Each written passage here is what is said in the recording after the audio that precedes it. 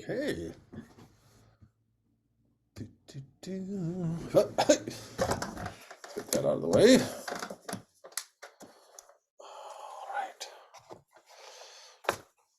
All right, good to see everybody. Just wait another. Oh, no, it's 7:30 right on the dot. Okay. Let me call this. Oh, that's not what I wanted. Where's the. Wait a minute. What?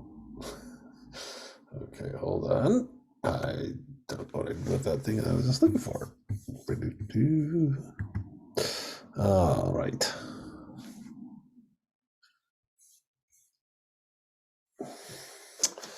And we'll put on some glasses so I can see proper glasses. Um,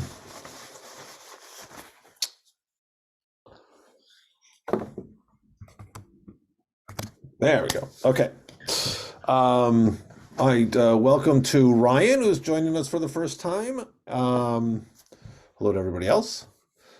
Um, if you didn't get a chance to watch the recording for that we had of Rabbi David Starr for the last Sunday and Monday, I really want to encourage you to watch it because it was great. David was just terrific, and this is not working. Okay, uh, yeah. So I encourage you to watch that, and Ryan, I hope you got my clarification about what we're doing tonight and for next week. I don't know if there's a different version of the of Jewish literacy. Maybe well, there was an updated version or something, because the chapters, at least Ryan, that you had said that you were looking at, those were not the chapters that I assigned. I mean, the numbers were correct, but not the topics. So I don't know if it's a different version, but the next week the readings should be on Torah, on the meaning of Torah study, and we'll talk about that and the various key rabbinic texts that are important to know about. Okay, let's do Jewish ethical behavior number 2. Let's share a screen here.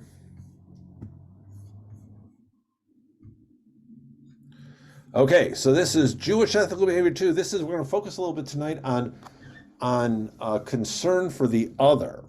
Now, before we get to that, let me just start with a little introduction. Last week I mentioned, let's see which glasses can I see with. Last week I mentioned that there isn't really a term for Jewish ethics in Hebrew. The common term is musar, um, and it but that's not really, doesn't really mean ethical behavior. Musar is a term, means a number of different things. But it really comes from the book of Proverbs, the opening of Proverbs, where it refers to instruction or discipline, and leads to, which relates to moral conduct. And Musar literature, or Musar, it's often used the Ashkenazic pronunciation, which is Musar. Literature has a long history within the development of Judaism. One of the earliest texts that you would call Musar is the Book of Proverbs, which is in the Bible. It's a lot of aphorisms that focus on how people should behave and what's important. But there's all different types of literature. The in the 19th century in Lithuania, there developed a movement known as the Musar movement, in which there was a focus, and this happens a number of times in Jewish history with scholarship, where the focus, because Judaism is a text-centered faith, um, with not just the Bible, but many, many rabbinic texts that are essential and are core to teaching and discussing religious issues. Um, it is very easy for over time for the scholars to become too scholastic, too focused on the text and not on, the reason we are religious people, which is that it feels something inside. And so, various times in Jewish history, there have been movements to focus on inner feeling, inner emotions, how we should behave, how we should be feeling when we behave properly.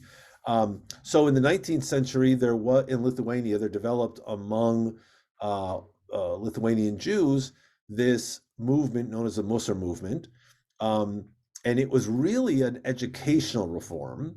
The goal was to create a Jewish ethical, educational, and cultural movement in response to the growing Hasidic movement, which is also focused on personal character development, but in a more mystical context. So actually, in this case, but the Musar movement, just as the Hasidic movement, which we'll get to a point where we'll talk about these things, these were all responses to the heavy academic and scholastic approach that most Jewish learning programs, academies called yeshivot, had become. And there was this desire to focus on character development, and then a desire to talk about how should we learn?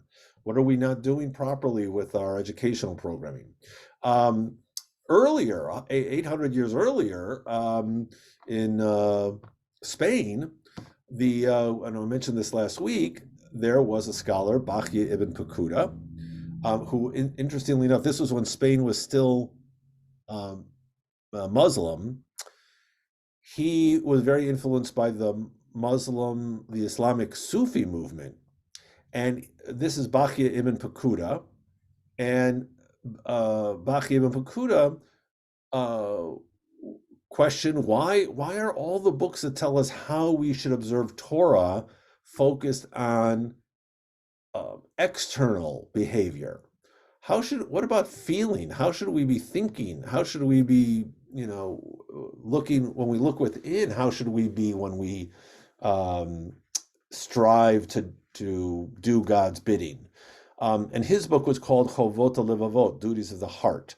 Um, and he emphasized what would become an essential goal of Musar in all of its manifestations. How can we find inner meaning and direction in the mitzvot? How can we make the commandments of God something more meaningful than ritual behavioralism? So that was a little bit of an introduction last time to this topic of ethical behavior, because ethical behavior is not just about doing properly, behaving properly, but doing it with a certain feeling within ourselves, where we recognize the inner a motivation for our behavior. So I want to start also with one other thing we did last week. I want to go into a little more this in depth. Let's see if I can move this. Here we go. Okay. So I told the story, very famous story about Hillel the Elder, one of the great spiritual heroes in Judaism. And there are a number of stories, which I teased a little bit last week, that there were two schools for a period of time early. This is around the time, right after the destruction of the temple. But Hillel and his the other scholar who lived at his time, a leading scholar, Shammai, Hillel and Shammai lived right around the time of Jesus. And they were they created two schools which would argue with each other on how to interpret Jewish law.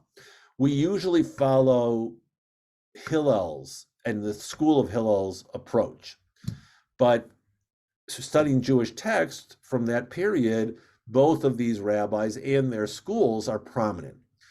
Um, so there are a series of stories in the Talmud, which is later than Hillel and Shammai. So the Talmud is the fourth century, fifth century, and these guys are living in the first century. But they're telling stories about these great rabbis who lived many hundreds of years before. And so there's a series of stories in the Talmud in which clearly they were written by students of Hillel, or some people in the Hillel school, because they really make Shammai out to be a miserable guy, when we do have other teachings of Shammai, and he has beautiful teachings.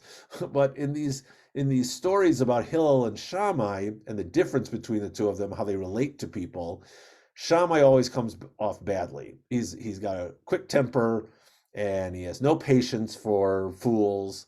And Hillel is the most patient person in the world. And there's one of these many stories is a non-Jew comes to Hillel and says, oh, first he comes to Shammai, teach me all the, I'm willing to convert to Judaism. Teach me everything about Judaism on 1 foot.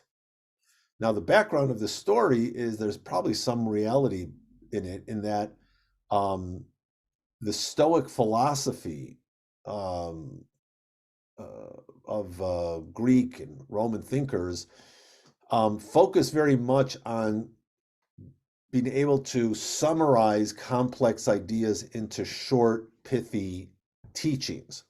So it could be that that's where the story originates. This person, knowing something about Stoicism, comes to Shammai and says, hey, those guys over there, they can teach kind of the core of their beliefs in 1 sentence. What about you? Teach me everything about Judaism and Torah on 1 foot, while I stand on 1 foot. And Shammai in the story beats him off with a ruler. Don't waste my time. He comes to Hillel. So what does Hillel say? And this is the famous teaching of Hillel. That which is hateful to you, do not do to another. That's the entire Torah. All the rest is commentary. Go study. So I just wanted to start this week a little more in depth on this story, because I think there's more to say about there are 4 significant things about ethical teachings in Judaism that, if we break this simple line of that he taught, there are basically 4 things that he was telling the students. And according to the end of the story, the student goes and becomes converts to Judaism. Okay, so he even though he said, you've got to teach it to me all on 1 foot, he goes and then he becomes a serious Jew because he follows Hillel's dictum, go study. So let's look at the 4 parts. The first thing he says is, that which is hateful to you, do not do to another. Now, as we pointed out last week, this is very similar to the golden rule, which is in the positive. Do unto others as you would have them do unto you. So Joseph Telushkin, who is the author of a number of the books that I've got on your book list, he has another couple of books which are wonderful on Jewish ethics, called I think it's called the Code of Jewish Ethics. They're 2 volumes, and he goes into great depth on these the things that we'll talk about tonight, very, very in a cursory fashion. But he says something about this statement. If we must restrict ourselves to a single principle defining how we should behave, then this is the appropriate guideline. What we have here? That which is hateful to you, do not do to another. You don't like people who, speak ill of you or other people. Well, you shouldn't do it to other people. You don't like people who write obnoxious things on social media. Well, you know what? You then put, as they say, your Twitter condom on. Watch what you say in social media posts. So that which is hateful to others, don't do to another person. Now, of course, this statement got some criticism over the centuries, because The golden rule, which is do unto others as you would have them do unto you, is a positive. Why does he got to put the negative? What do you have to, why is it don't do? What about do? What about love? Isn't that positive?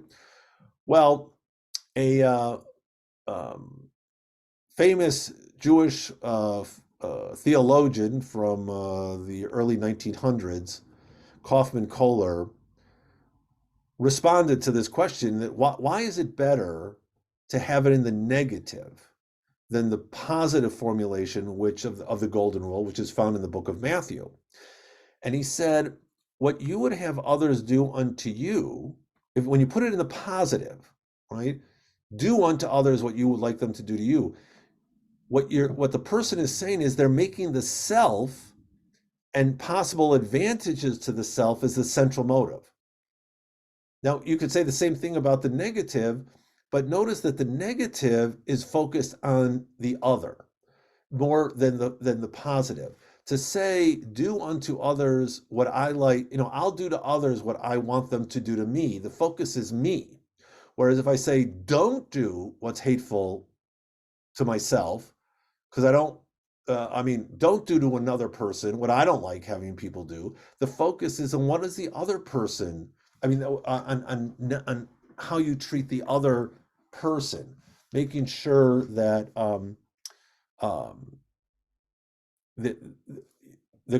the you remove the focus from yourself is what he's saying. What is hateful to you, do not do unto another, makes the effect upon others the regulating principle. Also, the other issue with the golden rule and the positive formulation, first of all, Judaism has the exact same thing. As we'll get to a moment, the famous, first of all, the Torah tells us, love your neighbor as yourself. We're going to get to that in a moment. So we have that. We have another concept in Hebrew known as midah keneged midah, which in English you'd call measure for measure. It focuses, but that is how you treat other people is how other people treat you in return. But that teaching, measure for measure, midah keneged midah, it focuses, and of course we Americans are very comfortable with this language, because it focuses on the rights of individuals. We should treat others the way they treat us or vice versa. The focus is on, what's my rights? Whereas the negative version, don't do to another person what you don't like them doing to you, is focused on duties and responsibilities that we owe other people. And so the negative formulation is in some way, it's not only that it's maybe a safer way to follow the same rule. They're both teaching basically the same thing. How I should treat other people the way I would like other people to treat me.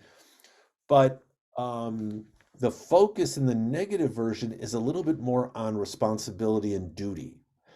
And of course, that fits perfectly with the idea of mitzvot, of commandments, because with Judaism as a religion of commandments is always focused on what's my responsibility, not what does the community, what does God, what does the world owe me, because I'm me and I'm a special person. Everybody is special. We're all created in the image of God. But what does the world owe me, as opposed to what do I owe the world? What do I owe others? And that's the focus. That's something that's important within Judaism, is that's the focus. All right, so that's part one. Now let's look at that. This is the entire Torah. This one line: don't do don't do what's hateful. What's hateful to you, don't do to another person. That's the entire Torah. Now Hillel, by doing this, is emphasizing that not treating others in a manner that we don't wish to be treated is really the essence of Judaism, not just one of these several important principles of behavior. Thus, although belief in monotheism is at the heart of Judaism, if somebody believes in God but doesn't follow through on Hillel's guideline in his dealing with others, then that individual can't really be regarded as a religious Jew. Now, of course, lots of people who think they're religious are not so good on this one. But and indeed, and this is Telushkin again. He says we may question if the God in whom such an individual believes, who's not following this teaching by Hillel, is the God in whom Judaism believes. So, by saying that this is the entire Torah, in some ways, Hillel is saying this focus on responsibility, on duty to others, um, on removing the focus from myself is what really the essence of Torah is. Now, of course, he doesn't stop there. He makes this next statement. The rest, I mean, all the rest is commentary. That means that all Jewish laws, including ritual ones, should in some way reinforce and certainly not negate ethical behavior. Right? So, for example, we have Shabbat observance. You know, we're commanded to observe Shabbat. Where's the ethics there? Well, the Shabbat laws prohibit labor on the seventh day, not just for me, but for everybody. In a world where there was slavery, which is the biblical world, the slave had to rest on the seventh day. This was unusual in the ancient world, that slaves had rights and were treated with certain dignity. Animals, you weren't allowed to work your animals on Shabbat. So the idea is that every human being, and even the creatures in your domestic creatures, have a certain value, and they have to be treated with respect. We could say the same thing about laws of kashrut. When we talked about kashrut, some of you were in the class at that time. We were talking about kashrut, and the core is, to an extent, ethical behavior. So, for example, kosher meat, which is slaughtered by a kosher slaughterer, and it's supposed to be the utensil that one uses to slaughter the animal is a knife with no nicks in it. It has to be checked to make sure there are no little tears in the knife, because the idea behind kosher slaughter is we're supposed to kill the animal instantly. It should not suffer. So the trachea and the esophagus are cut with one blow, and that releases obviously the blood, and the animal dies instantly. And the goal was so that the animal shouldn't suffer, that there's really, and that killing an animal for our needs, there's a little bit of guilt in Judaism, even though it's permitted. So therefore, if you're going to eat meat, you can't just eat anything. You can't go shooting animals. There's a way to slaughter the animal that is an attempt to be as ethical as possible.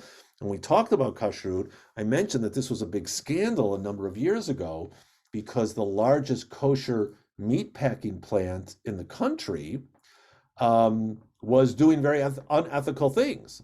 They were treating the animals horribly. It was actually PETA, the People for Ethical Treatment of Animals, I think that's the organization, got into that plant and took pictures, and the kosher eating world was shocked at how they were treating the animals. Now, the slaughter itself was by the book. It was ritually done correctly. But the way they treated the animals, and then of course we found out later that even the government sued this company because the way they treated the workers was completely unethical. And it actually led to the shutting down of the plant. But it was shocking to the kosher world that this plant, which was, again, most people got their kosher meat from this place in Iowa, was being unethical in every way possible. The workers, the animals, even though ritually the kashrut was done properly. So again, the idea here is that all Jewish laws, now not every Jewish law, I mean, it would be naive and inaccurate to claim that every Jewish ritual law promotes ethical behavior. However, Hillel's comment that all the rest is commentary suggests that it's okay to try to uncover ethical teachings embedded in many of the ritual laws.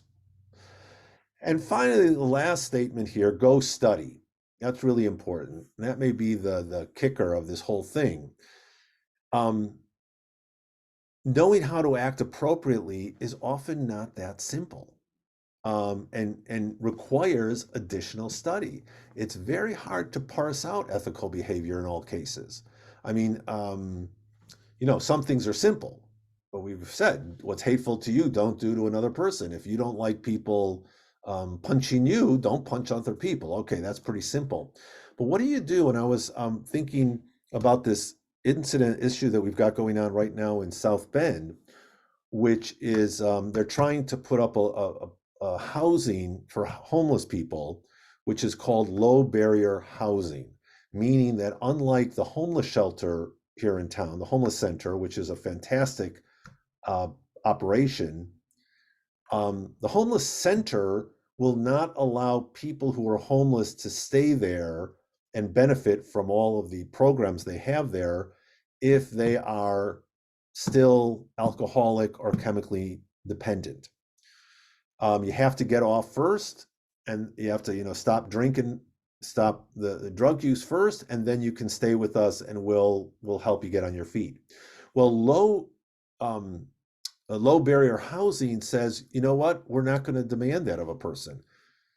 Wherever they are, we'll take them in, we'll give them housing, and once they're stabilized, because we realize that one of the reasons they are chemically dependent, one of the reasons why they are struggling perhaps with mental unwellness, is because they're on the street, because they don't have a place that gives them any kind of stability and dignity. And so this is proven. Places around the United States who have used low barrier housing have shown overwhelmingly that it really does benefit the community. How homeless people are off the street. The people who are off the street, who are in these housing units, um, do very often are able to save enough money from various jobs that they can then find their own housing, and pay for it, and then get up back on the feet. So it sounds like a really great program. It's not just, here's a house. They do a lot of programming for these individuals on budgeting, on how to live, eat healthy, all of this really wonderful stuff. But they allow people to come in who are chemically dependent, and so that's the good thing, right? We say, oh, isn't that wonderful? That's a wonderful program. The problem here in South Bend, though, the pushback has been, well, I don't want it in my neighborhood. If you're going to have people who are still alcoholic, chemically dependent, who may have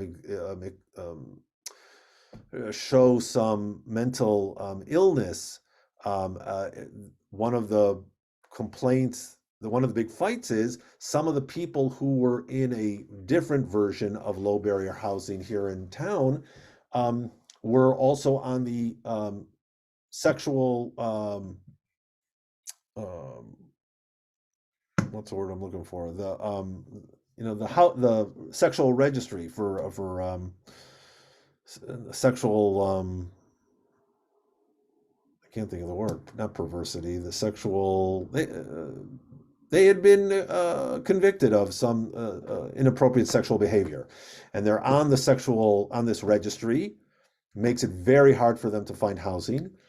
And so people said, wait a minute, you're putting this housing unit, they're looking for a place to put it, and the city found an area in town, and they were going to set up there was going to have security there and all this stuff, but the people in the neighborhood were saying, whoa, wait a minute, I got kids.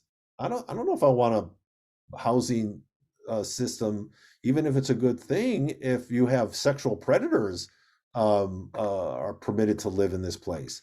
Even if the low housing organization said, hey, we know about this. We know how to take care of these people. We know how to protect the community. We know how to protect them.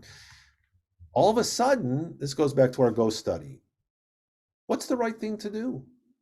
Is the right thing to say, hey, we need to get these people off the street. We need to help them. We need to give them services so that they can become upstanding members of the society?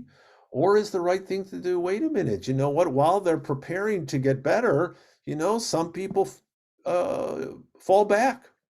And I don't know if I want that in my neighborhood. And I don't know if I'm a business owner, if I want the person, such individuals who might be free, during the day, they can go out and hang out. And if they don't have a job, what are they going to do if it's my business? So what's the right ethical thing to do? There's no easy answers on some of these complex issues. And so that's why Go study is so important, because the more we can understand about issues, the more we can understand the complexity of ethical of the reality of ethics, the better prepared we are to make decisions for our community. So that's why I wanted to start with this again. We did it very quickly last week, but I wanted to go that these four components of this simple teaching are really we can expand upon them and teach that and see that this is really a lot more to unpack in this one sentence. Okay, so having spoken about that, we're talking about what the negative, that which is hateful, don't do to another person. Well, Judaism also has the positive, which is of course where the statement in Matthew comes from as well. It comes from Leviticus, the holiness code in Leviticus chapter 19. And that's the famous statement, love your neighbor as yourself.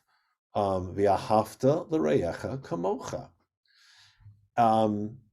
Rabbi Akiva, another great scholar, rabbi, hero, who follows Hillel and Shammai. He lives a couple of generations after them.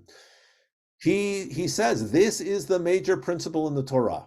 There's a lot of mitzvot in the Torah, but this is the core. So he's got in the positive here, love your neighbor as yourself. And there is so much, these, was it 5 words, 3 words in Hebrew to unpack with this. Why is love your neighbor as yourself such a valuable lesson? Why is this the major principle, according to Rabbi Akiva, in the Torah? Well, we can derive a number of lessons from it. First of all, first and most important is concrete. It's concrete and not abstract. Loving humanity is not concrete. Loving an actual human being is. What's the Larry David in Curb Your Enthusiasm? I don't know if you ever watched that show, but at one point everybody in the show, it's one of these comedy shows where everybody's miserable. Everybody's a miserable human being, and he is too. And a person says to him, he wants to do something for somebody, and his friend says to him, "What, you don't even like people?" And he says, "No, I don't like people, but I love humankind." Okay, well, a lot of people love humankind, but they're not really very good with one-on-one relationships. I'm sure all of you know somebody like that. So loving humanity is not a concrete thing. That's the abstract. Loving an actual human being is concrete. And so this love your neighbor, just the one person, and the reyecha is actually not necessarily neighbor. It's love your fellow person. Love your fellow as yourself. So that in and of itself can be challenging, right? Just to love one person, love another human being is hard enough.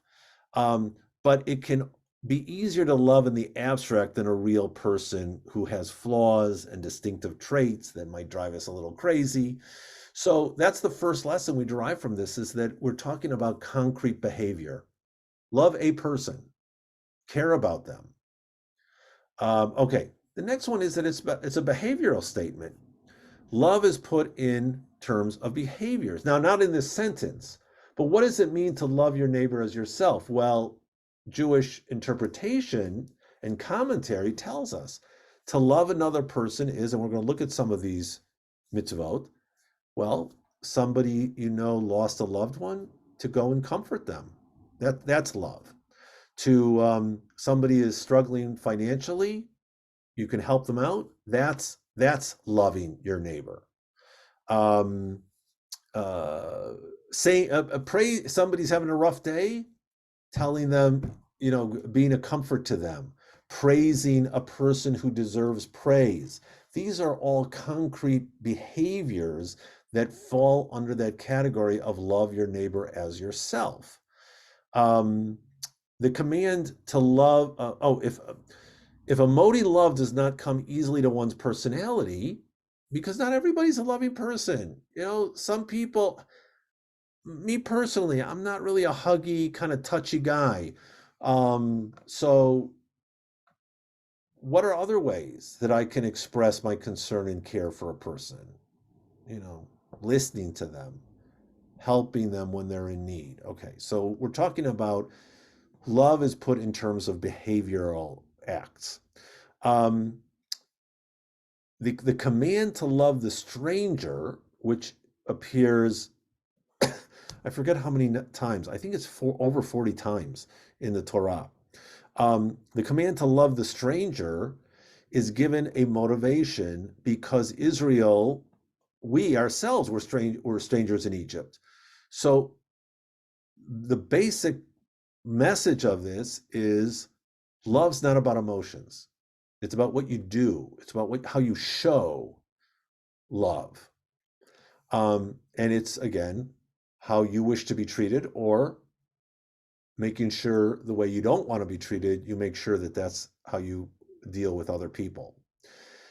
And finally, I'd say the love your neighbor as yourself is very self-affirming, because you can see love your fellow as yourself, which means what? You got to love yourself. Now, for some people, maybe that's a problem, is that they love themselves too much and they only think about themselves. That's an issue.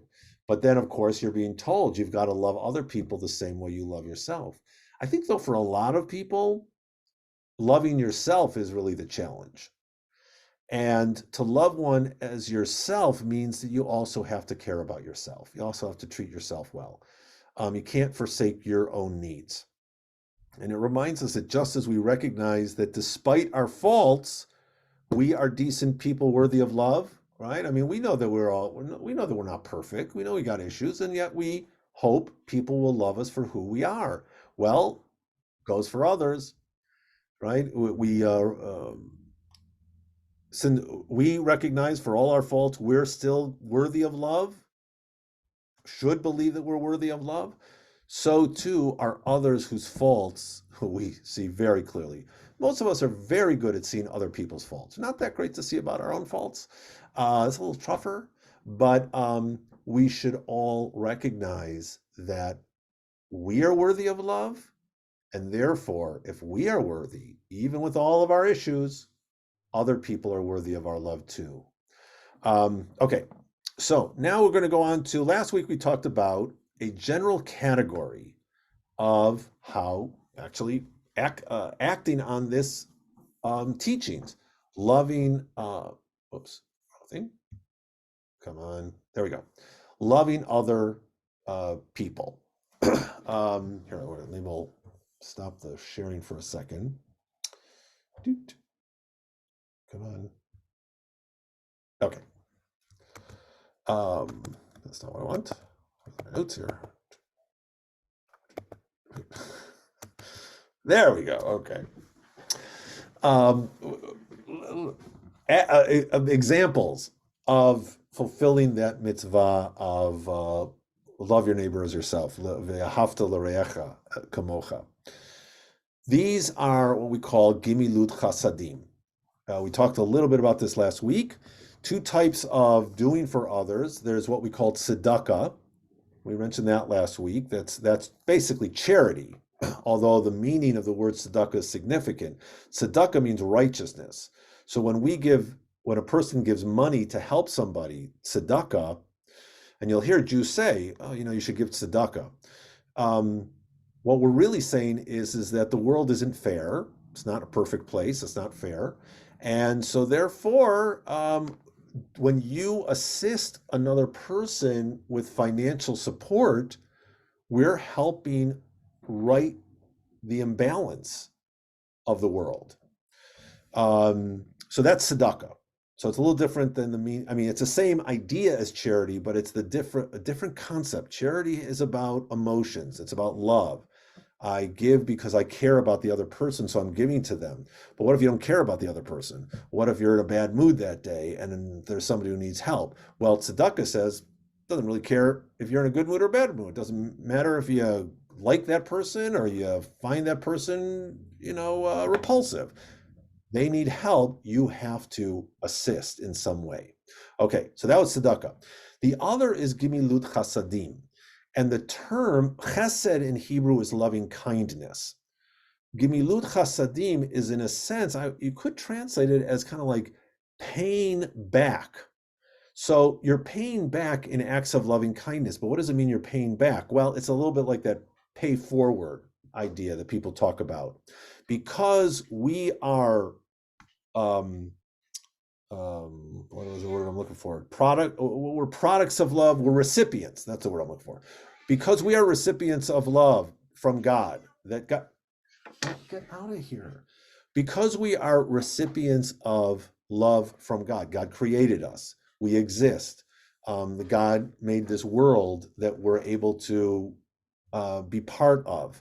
God gave us opportunities for sustenance so we can continue to exist. All of that, therefore, since that we got from the divine, then God doesn't need sustenance. God doesn't need concrete acts of loving kindness. So we pay it forward to fellow human beings. So that's gimilut chasadim. So here's one of the examples is hachnasat orchim, hospitality. The key example of hachnasat orchim is Abraham in the Bible. Abraham is the first person. He's God commands him to circumcise himself. So he's the first person circumcised. He circumcises everybody in the household. And obviously he's 99 years old when he's circumcised, not easy, surgery. And he is right after the story of circumcision, the next passage of the Torah, he is outside in the middle of the day. And the tradition tells us, what's he doing out there? Well, he's healing. He's a very sensitive part of the body. So he's out there getting healing in the sun. But 3 wayfarers show up. These are these angelic visitors. And what does Abraham do? Doesn't matter that he had this significant surgery. He runs out to welcome them and says, please come into my home. He doesn't know that they're divine messengers at that moment, but it's very warm in the desert, and he ushers them out of the heat. That's the story. So what do we learn from this passage in Genesis 18? First of all, we learn that when we do have guests, we're supposed to greet them warmly. We don't greet guests begrudgingly. We welcome people into our home, when we are welcoming them in, we should do it with a full heart. The story is, once he brings them into the home, he immediately runs to Sarah, his wife, and to one of his servants, and says, "Hey, we gotta start preparing food for them." The lesson here is, when it comes to welcoming guests, we should focus on their needs: food, shelter, opportunity to warm up. The Torah tells us how he washes them, their feet and their hands. A third lesson from this story is he tells them, come inside for a little bit of food. But what does he actually do? He provides a feast for them. The amount of food that he tells his family to prepare, he tells Sarah and the others to prepare, is huge for 3 people. And the message here is, deliver more than you promise when you're being hostess to people.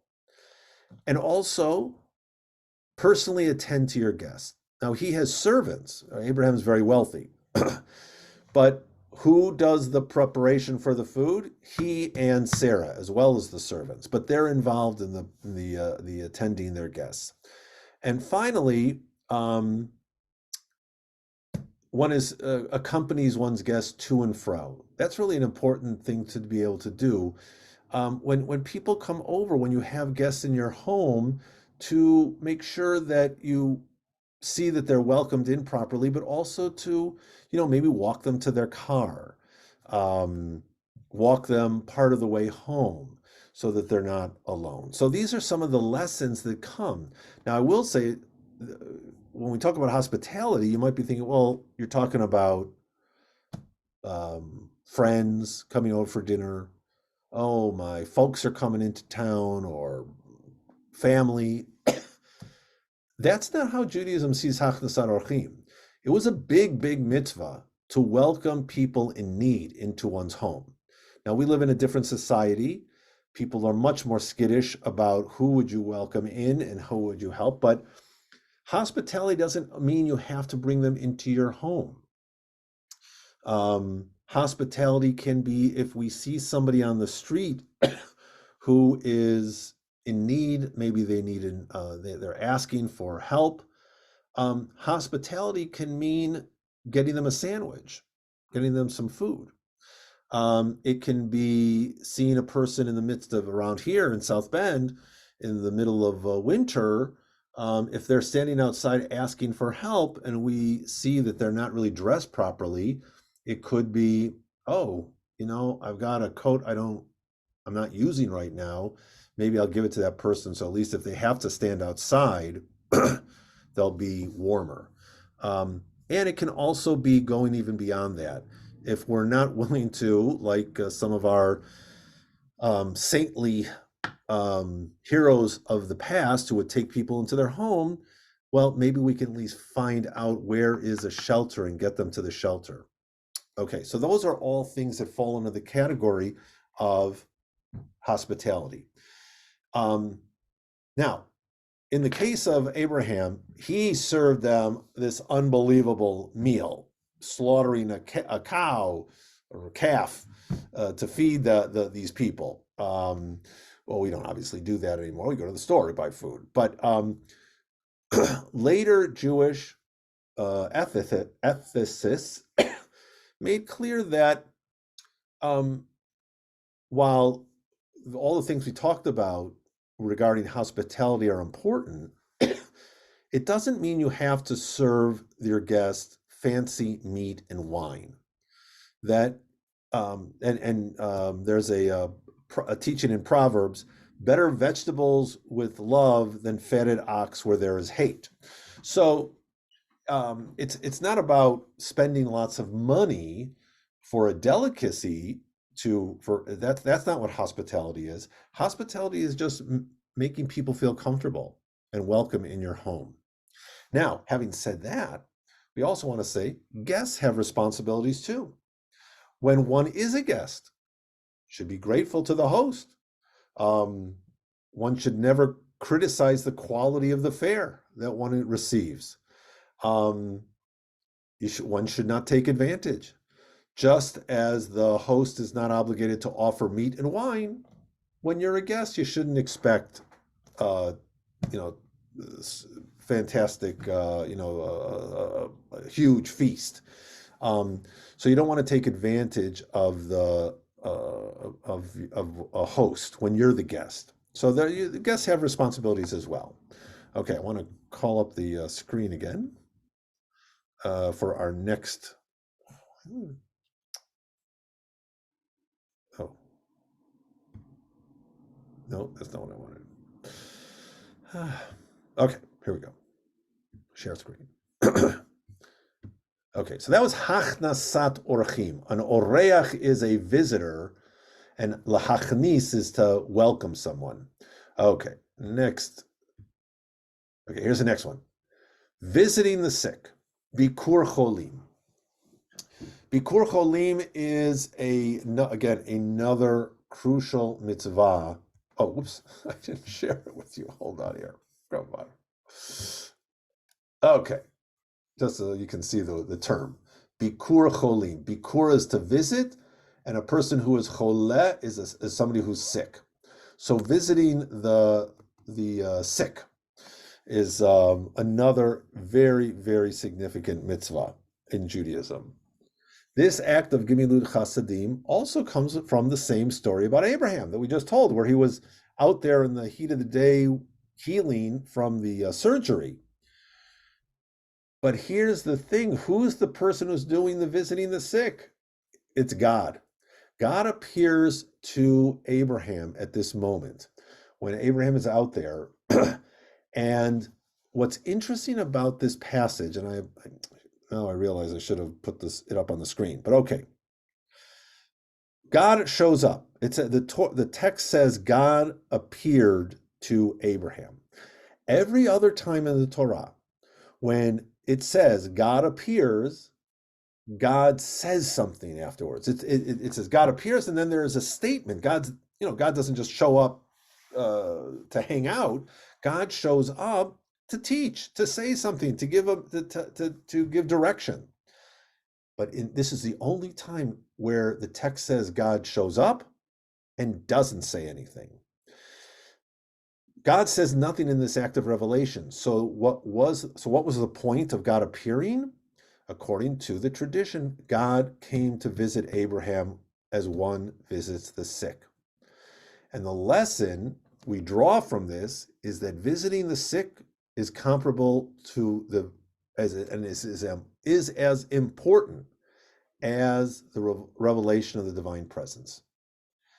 The way that when a person is sick, and maybe you've had experienced this in your own life, maybe you've had family members or friends, when people are sick, first of all, they're miserable because they're sick. Secondly, and depending on how severe the sickness is, people can get extremely lonely, especially in the hospital. There's all these people, all these nurses and people coming in and out of hospital rooms, but they're there to do something for a reason. They're there to poke the person, take blood. They're there to drop off the food. They're there to take vital signs. They're not really there for the person necessarily, and it's not a criticism of the nurses or the staff. They have a lot of patience. So to be able to go to a person who's ill and spend time with them, and as our story, the tradition from the Torah, you don't even have to talk. You don't have to, come with a whole list of topics to talk. You can just sit there. Even 5 minutes, sometimes sitting with the person is enough to make them feel like, oh, I haven't been forgotten. Okay. Well, we have a lot of stories in the Talmud about this mitzvah, and there are two really interesting stories that go back to back. So the first story is Rabbi Chia was ill, and he was miserable. He was really uncomfortable. Rabbi Yochanan came to visit him. Rabbi Yochanan held Rabbi Chia's hand, and he felt better. Now, Rabbi Yochanan was, again, one of these superstars of the rabbinic world, and he was known to have great powers. And clearly, he was a healer. Just by touching Rabbi Chia, he was able to make Rabbi Chia feel better. Story number 2 follows immediately afterwards. Rabbi Yochanan is sick this time. The healer, he's sick this time. Another rabbi, Rabbi Hanina, comes to visit him, and he holds Rabbi Yochanan's hand, and Rabbi Yochanan is comforted. And the follow-up statement in the Talmud is, whoa, wait a minute. You just told us Rabbi Yochanan was the super healer. Why didn't he just heal himself? Why did he need Rabbi Hanina to help him? And the Talmud says the answer is because a prisoner cannot free himself. Even the best healers, the greatest doctors, nurses, everybody needs the comfort of another's presence when we are ill. Another important medieval teacher, Moses Nachmanides, he lives in the 13th century in Spain. He teaches that a visit to the sick includes three things. So when you go to visit somebody, whether in their home or if it's in the hospital, there's three things we do. First is comfort. Each visit has the capacity to take away, I don't know how they figure this number, but the point is each visit has the capacity to take away 1/60th of an illness, according to the Talmud, which really means it's a little bit of the pain or the misery when a person's sick. If a person goes and visits them, it helps. The visit should make the patient feel cared about, and this eases the distress. The second thing that we're responsible for when we do Bikur Cholim is to pray for the ill person. It can be something as simple as saying, "I hope you get better real soon." Or in Hebrew, the term is refuah shlema, a complete healing. So saying to somebody, "I hope you have a complete healing," fulfills this. But there are also more extensive prayers. But the point is to say something that I really hope you're going to get better. And praying for the person who's sick. In the synagogue at Sinai, when you come, you'll see that every week during the Torah reading, we say prayers for those who are sick, and we list their names. If they're Jewish, we list that we recite their Hebrew name, and if they're not Jewish, we just say recite their name. But we say a formal prayer that these people should be healed. The third thing that one can do when, regarding visiting the sick mitzvah, is providing tangible assistance. In this world where we live in, it could be, something specific maybe the patient needs. Maybe they have kids at home. They need a carpool. Do they need you to help? Are they at home and they can't go pick up their medicine? Is there shopping that you could do to help them out? So those are the three things that, according to Nachmanides, that visiting the sick includes these things of comforting, praying, and then helping a person out with tangible stuff. Just a couple of quick common sense rules about when you visit people who are ill. It's always good to call ahead, make sure that when you visit, it's something the patient wants. As a rabbi, when I'll go to the hospital and make a visit, sometimes people are like, "Rabbi, I'm not feeling well. I don't want to see anybody." And while you're like, "Oh, but I came to help, to comfort them. If they're not feeling well, I should stay." But actually, it's really important if somebody says, "You know what, I don't really feel like a visit." That's actually important too, because especially in the hospital, like, if the patient doesn't want them to take blood at a certain time of day, like the the people taking the blood, they don't care. Sorry, it's on my route. You got to. The doctor comes at a certain period. The doctor has a certain moment during his day or her day when they can visit the patient. Like, they're walking in. You don't feel like having them in. Doesn't matter. They're coming in. The only people that a person who's not feeling well can say, "You know what? I don't really feel like a visit. I'm and take control," is a visitor. So don't be insulted if they say, "Don't really want to visit," but that's why you should call ahead. Let the patient direct the visit. Frequent short visits might be preferable to a long visit. Sometimes it's hard for a person to talk when they're not feeling well. So 2 minutes. "Hey, how are you? Oh, anything I can do for you? Hope you get better." And that might be the best Bikur Cholim visit they get. If you can, it's preferable to sit and talk than to stand, especially, again, I'm thinking about a hospital situation where they're lying in a bed. It's sometimes very uncomfortable if they have to look up at the person. Sometimes it might be more comfortable for them, as opposed to turning their head to talk to you if you're sitting in a chair. But you have to, again, these are the things you try to, let the patient direct. And also, be sensitive about the things you talk about. It's always good to be upbeat and optimistic, and to help the person, the ill person's anxiety. Um, and of course, we just went through COVID. So, of course, Jewish law says we're not required to visit people who have contagious diseases. See, maybe there's another way to help instead. But obviously, we don't want to put ourselves in danger, um, or pick up something from the ill person, and then pass it on to somebody else. Um, okay, that was. Oh wait, I've got a couple. Let me go. Wait, let me go to the next one. Okay, here's another big mitzvah. This is a super big mitzvah. I'm calling it final kindness and comforting mourners. Okay, so it's actually two sides of the same coin. The first one is caring for the dead. This is a major, major mitzvah in Judaism. It's called Chesed Shel Emet, true compassion. And the reason why it's really sincere and true compassion is because if you go make a visit to somebody who's not well, and you go to the hospital and you visit them, God forbid you get sick a couple months later. Well, they can help you out. They'll come visit you.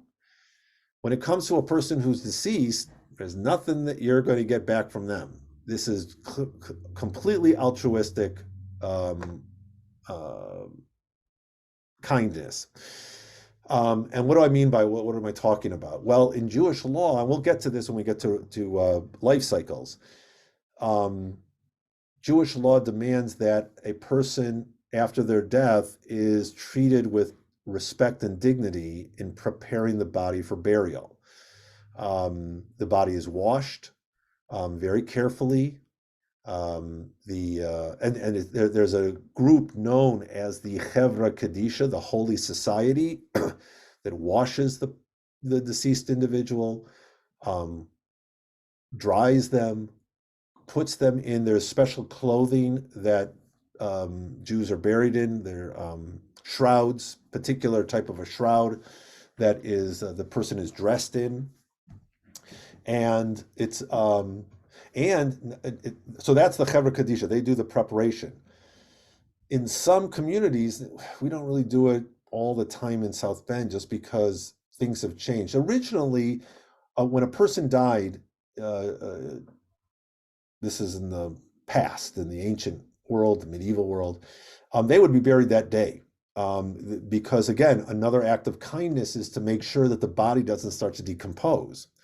Well, for changes in our modern society, first of all, people live far away, and people who are close to the deceased, it might take them 2 or 3 days to get to the funeral. Another thing that happens a lot is when older people, they may have a burial plot in the city they grew up in, but they're living, maybe it's in the north. So, but they're living in Arizona, or they're going to Florida or something to retire.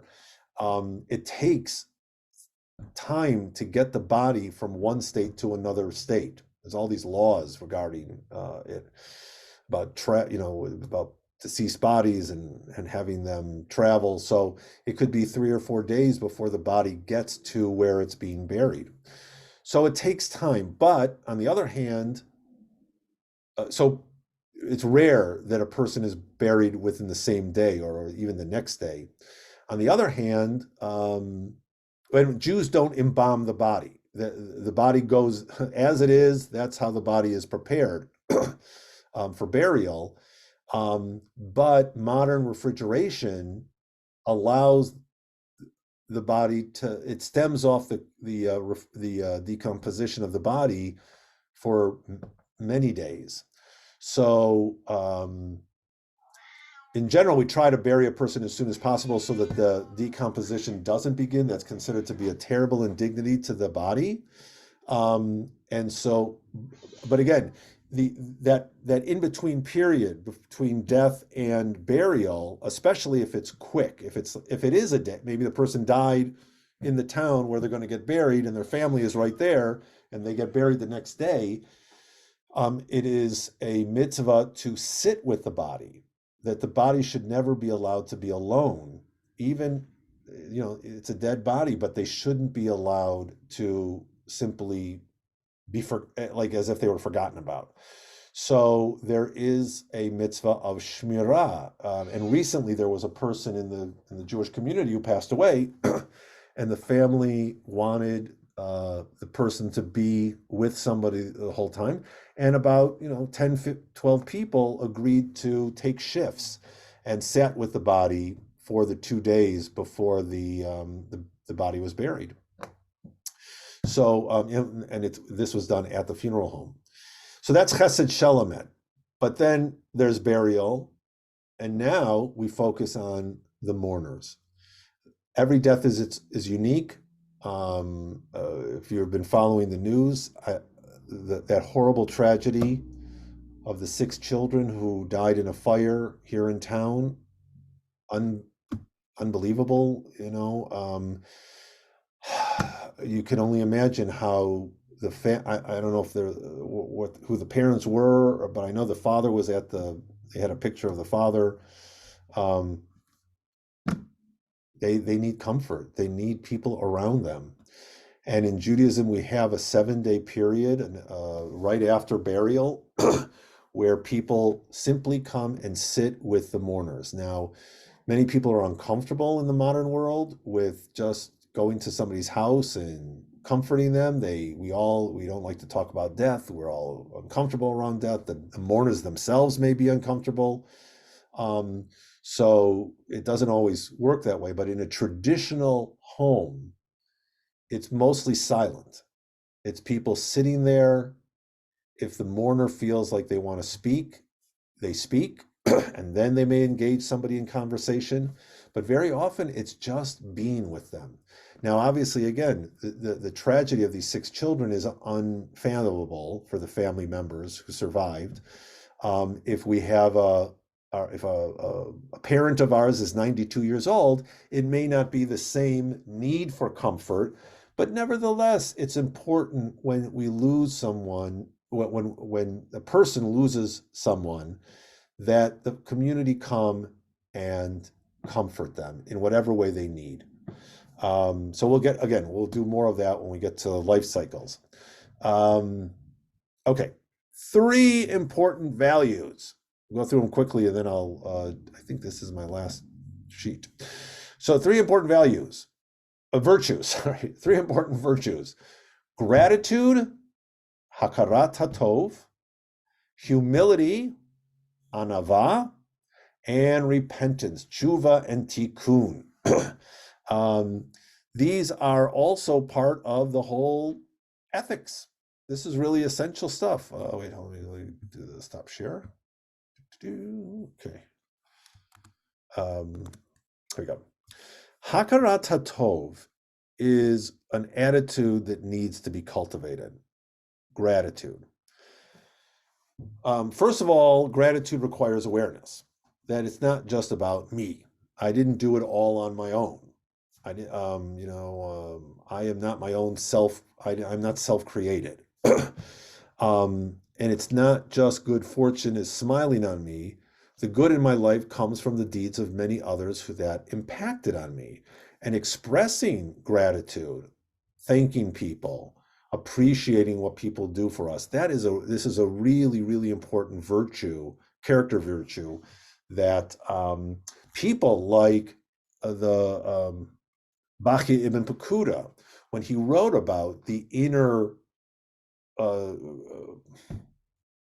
elements of doing mitzvot. This was one of the things that he writes about, the importance of expressing gratitude. Obviously, we do that through prayer, that's towards God, but also to fellow human beings. Hakarat Hatov also requires memory. It requires remembrance of the kindness and assistance done by others for me. To be grateful for what you have and not miserable about what you don't, right? There's a famous teaching that if you can't have what you want what you have.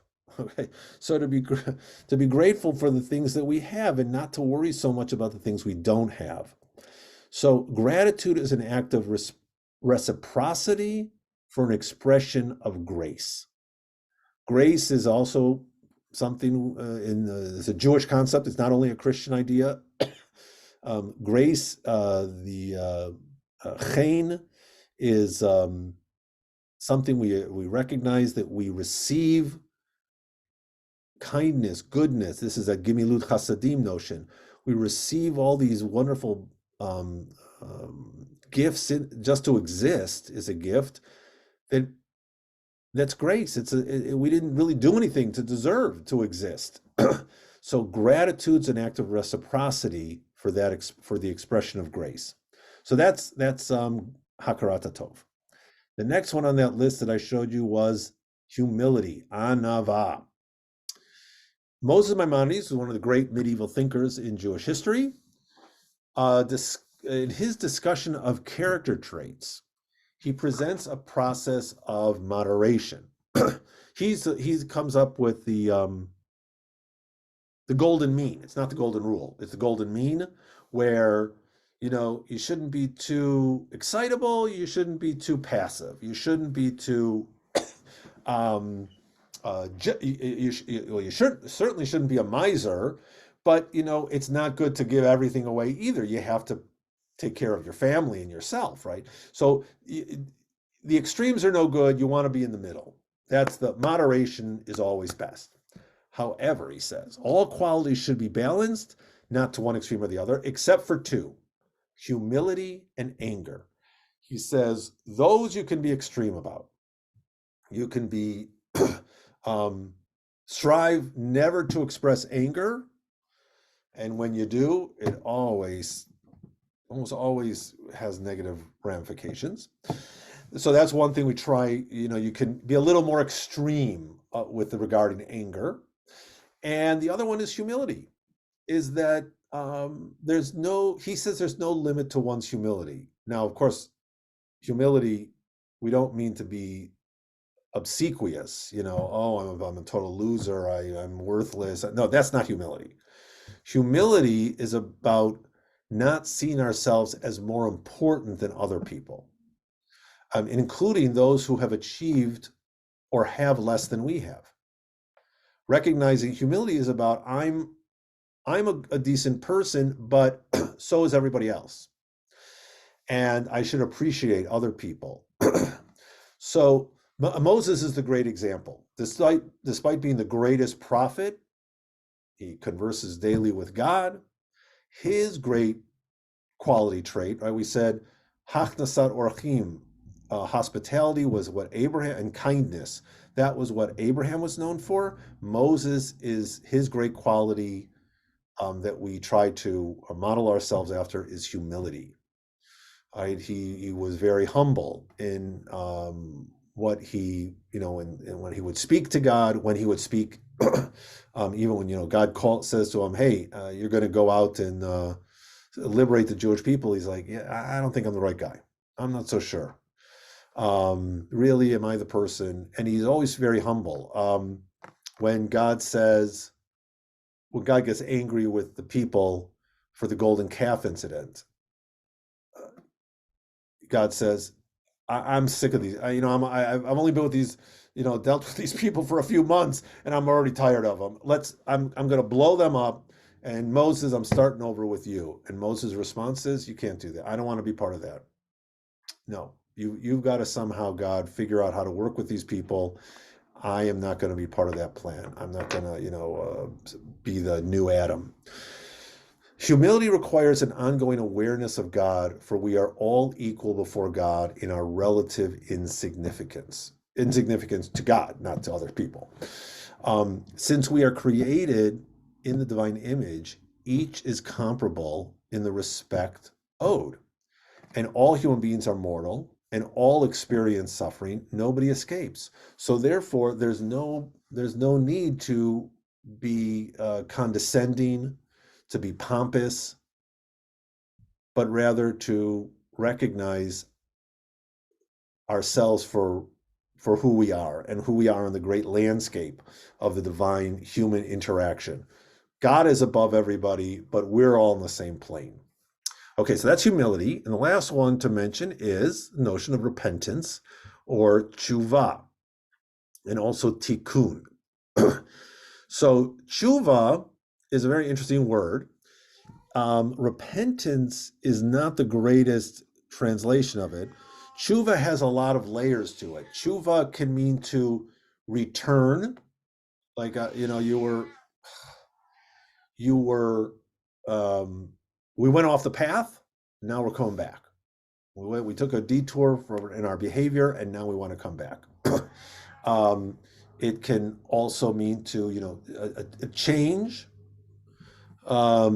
which because sometimes we have to change our behavior to repent, to correct the faults we've made. It can also mean to respond.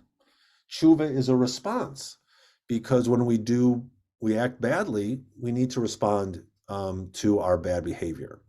Tikkun is a word for reparation, repair, fixing.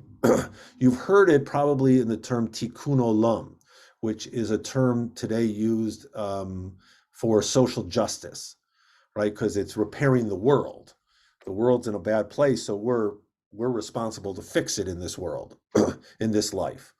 But tikkun just means to repair, and that talks about internal repair as well, a personal repair.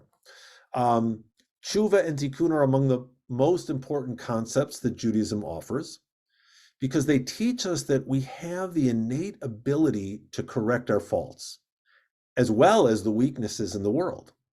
We don't need an outside force to make good that which we spoil. We only need to change our behavior or change our direction. And that's the tshuva, again, that turning. So we don't need to go through an intermediary. We have the ability, God's given us the ability to correct our issues. Tshuva speaks to the ability to achieve atonement for our mistakes and transgressions. And tikkun reflects our ability as individuals or as a community to repair ourselves, and when we're doing it outwardly to the world. One of the things that the rabbis teach again, a rabbinic teaching about the creation of the world, is that tshuva, this notion, this ability to change, to correct, to repair, was created before the world was created. Meaning that the world already, when the world came into being, first of all, there was a recognition that people were going to screw it up already. So God was realistic to some extent, that people aren't perfect, they're going to be limited. Secondly, this notion of tshuva being created, of existing before the world exists, injects the created world with this self-correcting mode before the world became operational. So it's like, a car that you buy today, obviously the car, cars break down, they're limited, but a lot of these cars today, they have these mechanisms in the car itself that tell you what the problem is. So before you drive the car, it's already got some kind of a self-correcting module in it. Same thing with the world. God creates the world. Before God puts it into operation, there's this self-correction mode in the system called tshuva. The gates of repentance are always open, we're told. You can always do tshuva. The time of year, we talked about this when we talked about the holidays, those of you who were not with us then, Yom Kippur, Rosh Hashanah and Yom Kippur are the time of year when we work on repenting, changing our bad behavior, correcting our bad behavior. But the truth is, you can do it all year long. You do not have to wait for Rosh Hashanah and Yom Kippur in the fall. Every day you can do tshuva. Tshuva informs us that no one is perfect, but no one is obliged to remain in a transgressive condition either. Just because we're not perfect doesn't mean you say, oh, well, what can I do? What's the line that people say? Oh, I'm only human. Well, according to Judaism, because you're only human, that means you can correct whatever issues whatever wrong you may have done to somebody. Rabbi Eliezer was asked, when is the best time to do tshuva? His answer was, one day before you die. So the student said, wait a minute, what kind of answer is that? How am I don't know when I'm going to die. Okay, that's the point. Since you don't know, you better work on it every day, because we just don't know what our time system and when our time in this world is up. So therefore, always be working on correcting any hurtful things we've done. True repentance requires 3 stages, 3 R's. Recognize the wrong done and apologize. Repair the damage done, correct the behavior. Resolve not to do it again. So it's got 3 components. When we do something wrong and we want to say, we've hurt somebody and we want to fix it, first you got to recognize the past. I look in the past, oh my God, what did I do? Oish. Present, have to repair the damage that was done. Got to work on that. And the future is I have to resolve not to, if I spoke, I was mean to somebody, got to resolve not to do it again, which is, of course, the hard part, or at least the hardest part. A statement in the Talmud says that tshuva is great because it transforms transgressions into virtues. Now, that's a good one. How? How can, if you have done something wrong, you robbed a bank, how does doing tshuva for this turn this into a positive? Well, the idea is if one transforms the desires and the tools used in doing the sin into tools and desire for doing good, you can turn it into a virtue. I don't know if any of you guys saw the movie Catch Me If You Can.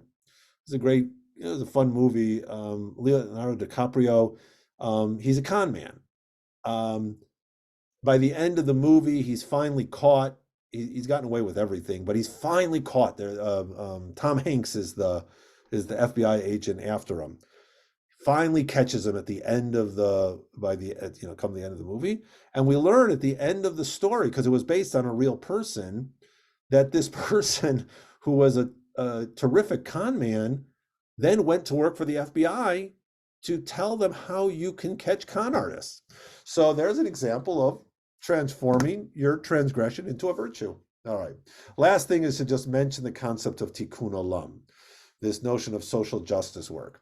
In its origin, it actually meant literally repairing the world in a spiritual way, because the world had been sullied by sinful behavior. And when we, on a mystical level, the term it comes from mystical teachings. When we don't observe the mitzvot, when we do harm to people, and the world, the world is filled with injustice, this puts a barrier between ourselves and God. And the only way to fix that barrier is to, again, change our behavior. And what that does is that opens up the relationship with God, and then God's goodness flows back into the world. It's kind of like plumbing. The plumbing gets stopped up, which is the bad behavior, and then tikkun is the roto-rooter that opens up the pipes, and now God's goodness can flow back into the world. That was kind of the original simplification of the mystical idea. So tikkun olam would restore the healthy relationship between God and the world. But today the idea has transformed itself to mean that we human beings have the ability on a global scale to repair the damage done to the world, or the imbalance in the world, in the economic or the environmental or the political realms, through our corrective behavior. So, fighting for what's the word I'm looking for? Environmental, ecological, in fighting for ecological change, so that we can somehow stop climate change. That's something that we human beings can do, and that is considered tikkun olam, literally repairing the world, because we've messed up the world so much with our excess. So that's the term tikkun olam today is very popular in Jewish circles, meaning repairing the injustice in the world. But instead of focusing on our relationship with God and the repair being directly with God, it's really with ourselves, amongst ourselves. Obviously, that has reverberations with God, but the focus really more is social justice, how we work within the world to make the world a better place for human beings and all creatures in the world. And has moved away from that original mystical idea where we're really trying to repair that relationship with God. All right, so I think that's enough for tonight. I don't know if anybody has any questions or comments. Okay, well, I do hope to see people at Sinai. Encourage you to come on Shabbat morning, 9:30. We were usually done by 12, and as far as I know, for the next several months, we got lunches. So you're welcome to join us for lunch afterwards. And if you haven't, the only one, Ryan, you're just new. Before you come, the only request I make is that you send us a photo ID, because we do have security now due to threats against the Jewish world. So we've got a full-time security person on Saturday morning.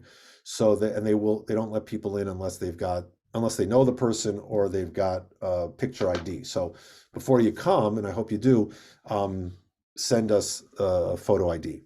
All right, I think that's it. So we'll meet next week. Next week we will talk about Torah and the importance of Torah study. Thank you, Rabbi. Good You're night. welcome. Everybody Thank you, Rabbi. Good night. Take care. Have a nice night. You too.